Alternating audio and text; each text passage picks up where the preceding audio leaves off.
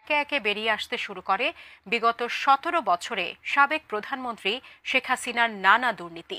এবার নতুন করে গ্রেপ্তারি পরোয়ানা জারি হয়েছে হাসিনার বিরুদ্ধে। হ্যাঁ, দর্শক, ভালো নেই শেখ হাসিনা। তিনি কিন্তু ভারতে মহাবিপদে আছে এবং আপনারা জানেন যে এই খবরটা অনেকেই পান নাই, যদিও এর আগে অনেকটা শুনতে পেয়েছেন যে শেখ হাসিনাকে গ্রেফতার এই সেই। তবে আন্তর্জাতিক যেই আদালত আছে সেই আদালতে শেখ হাসিনার বিরুদ্ধে গ্রেফতারি পরোয়ানা, বিষয়টা শুনে আমারও প্রথমে ওরকমটা বিশ্বাস মানে হয় না। তবে যখন এই ভারতের খবরটা দেখতে পেলাম, চিন্তা করলাম আপনাদেরকে আমরা দেখাই। তো পুরো ভিডিওটা আপনারা দেখুন না টেনে, তাহলে কিন্তু গুরুত্বপূর্ণ চাঞ্চল্যকর কিছু তথ্য পাবেন। প্রথমে বাংলাদেশের একটা ভিডিও দেখাচ্ছি, সর্বশেষ ভারতের ভিডিওটা আপনারা কিন্তু দেখে যাবেন। তো চলুন দর্শক, বিস্তারিত মূল ছাত্র ভিডিও। জনতার তুমুল আন্দোলনে ২০২৪ সালের ৫ আগস্ট বাংলাদেশ ছেড়ে ভারতে পালাতে বাধ্য হন আওয়ামী লীগ সভাপতি শেখ হাসিনা ও তার বোন শেখ রেহানা। এরপর থেকে একে একে বেরিয়ে আসতে শুরু করে বিগত ১৭ বছরে সাবেক প্রধানমন্ত্রী শেখ হাসিনার নানা দুর্নীতি। এবার নতুন করে গ্রেপ্তারি পরোয়ানা জারি হয়েছে হাসিনার বিরুদ্ধে। তবে প্রশ্ন, কোন অপরাধে নতুন এই পরোয়ানা?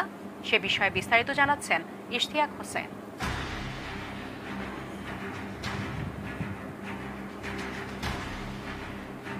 বাংলাদেশের টানা ৪ মেয়াদে প্রধানমন্ত্রীর দায়িত্ব পালন করেছিলেন শেখ হাসিনা। এছাড়া সব মিলিয়ে তিনি মোট ৫ বার বাংলাদেশের রাষ্ট্রপ্রধান ছিলেন।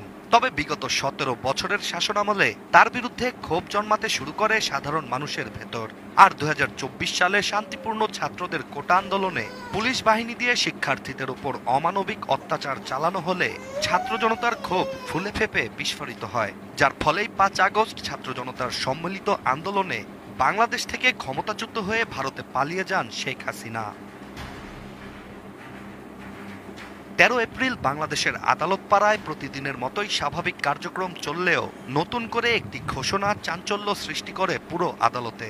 বাংলাদেশে বর্তমানে সবচেয়ে বেশি সমালোচিত শেখ হাসিনার বিরুদ্ধেই আসে নতুন এই ঘোষণা, যেখানে রাজধানী উন্নয়ন কর্তৃপক্ষ রাজুকের প্লট বরাদ্দে দুর্নীতির বিরুদ্ধে বাংলাদেশ দুর্নীতি দমন কমিশন দুদকের করা মামলায় শেখ হাসিনা, তার বোন শেখ রেহানা, টিউলিপ সিদ্দিক সহ আরও ৫০ জনের বিরুদ্ধে গ্রেপ্তারি পরোয়ানা জারি করা হয়েছে। দুদকের করা অভিযোগটি সরল হলেও বেশ গুরুতর ছিল, যেখানে পূর্বাচল নতুন শহর প্রকল্পে সরকারি নিয়ম বহির্ভূতভাবে ১০ কাঠা করে জমি বরাদ্দ নেয়ার অভিযোগ তুলে ধরা হয় সাবেক প্রধানমন্ত্রী শেখ হাসিনা ও তার পরিবারের একাধিক সদস্যের বিরুদ্ধে। বিশ্বমানের থার্মিক্স রড, সালাম স্টিল থার্মিক্স, দেশের একমাত্র থার্মিক্স রড। দুদকের চার্জশিট অনুযায়ী শেখ রেহানা ও তার সন্তানেরা কোনো আবেদনপত্র ছাড়াই রাজুকের প্লট পেয়েছিলেন। পরবর্তীতে দুদকের তদন্তে আরও উঠে আসে টিউলিপ সিদ্দিক, যিনি বর্তমানে যুক্তরাজ্যের এমপি, নিজ প্রভাব খাটিয়ে তার খালা শেখ হাসিনার ওপর চাপ সৃষ্টি করেন জমি সংক্রান্ত এই বরাদ্দ মঞ্জুর করার জন্যে। এদিকে ক্ষমতার অপব্যবহার করে জমি হাতিয়ে নেয়ার পেছনে ছিল আরও অনেক সরকারি সচিব, রাজুক কর্মকর্তা, এমনকি সাবেক মন্ত্রীদের নামও। চার্জশিটে আরও উল্লেখ করা হয় যে এই সুবিধা গ্রহণের চক্রে সবাই যুক্ত ছিলেন।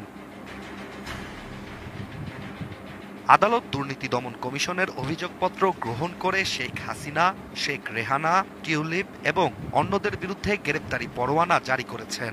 আর আগামী ২৭ এপ্রিল পর্যন্ত সময় দেওয়া হয়েছে গ্রেপ্তারের অগ্রগতির বিষয়ে বিস্তারিত প্রতিবেদন জমা দেওয়ার জন্য। দুর্নীতি, গ্রেপ্তারি পরোয়ানার এইসব ঘটনা যেন এক জটিল রাজনৈতিক নাটকের অংশ, যেখানে ক্ষমতা, পরিবার, বিদেশি প্রভাব ও রাষ্ট্রীয় সম্পদ জড়িত হয়ে নতুন এক মোড়ক সৃষ্টি করেছে। এখন অপেক্ষা প্লট বরাদ্দের এই দুর্নীতির পাশাপাশি অন্যান্য আরও দুর্নীতির রহস্য উন্মোচন করে দ্রুত শেখ হাসিনা সহ জড়িত বাকিদের আইনের আওতায় আনার। দর্শক, আপনারা ইতিমধ্যে আমাদের স্ক্রিন থেকে মূলত যে ভিডিওটা দেখতে পেয়েছেন, এই ভিডিও সম্পর্কে আপনাদের মূল্যবান মতামতগুলো অবশ্যই জানাবেন। বিশেষ করে শেখ হাসিনা মানে এই দীর্ঘ ১৬ বছর যেটা করেছে সেটা কিন্তু আপনারা ইতিমধ্যে দেখতে পেয়েছেন। তবে সর্বশেষ ভারতও কিন্তু চাপে আছে, সেটাও।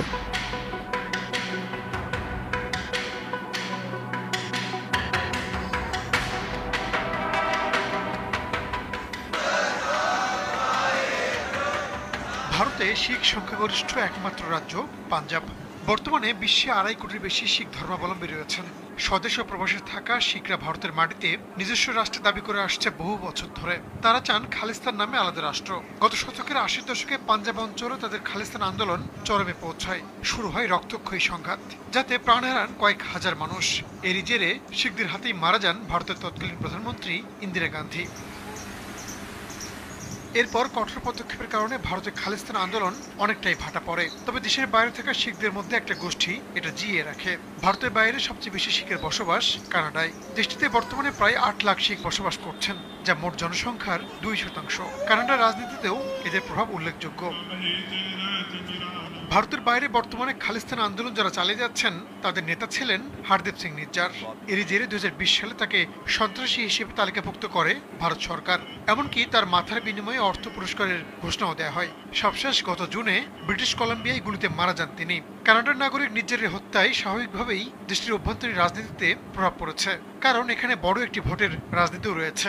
বিষয়টি নিয়ে সোচ্চার হয়েছেন বর্তমান প্রধানমন্ত্রী জাস্টিন ট্রুডো।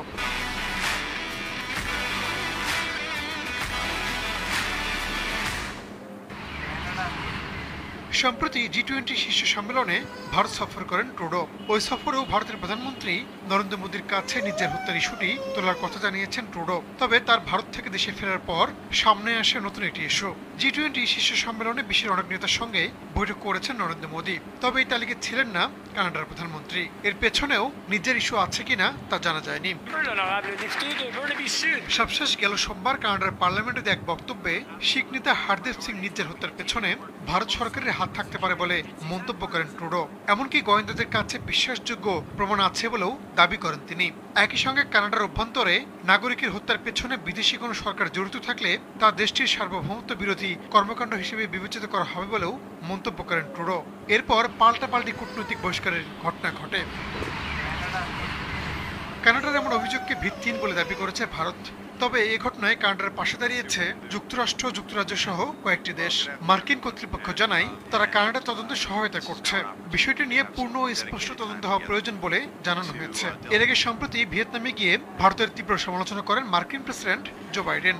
দেশটির মানবাধিকার পরিস্থিতির অবনতির বিষয়ে কথা বলেন তিনি। বিভিন্ন গণমাধ্যমে খবর প্রকাশ হয় বাইডেন G20 শীর্ষ সম্মেলন শেষে দিল্লিতেই সংবাদ সম্মেলন করতে চেয়েছিলেন, তবে ভারত সরকারের বিরোধিতার কারণে সেটা হয়নি। নতুন করে শিখ নেতার হত্যার ঘটনায় পশ্চিমাদের থেকে ক্রমে দূরে সরে যাচ্ছে ভারত।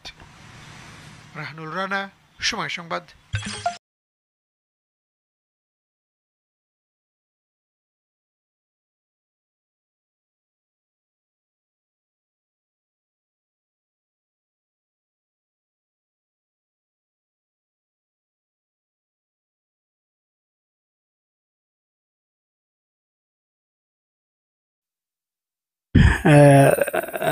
দর্শক, আপনারা ইতিমধ্যে দেখতে পেয়েছেন। তবে ভারত যদিও শেখ হাসিনাকে নিরাপত্তা দিচ্ছে, ভারতেও কিন্তু আন্তর্জাতিক শুধুমাত্র শেখ হাসিনার কারণেই ভালো চাপে তারা আছে।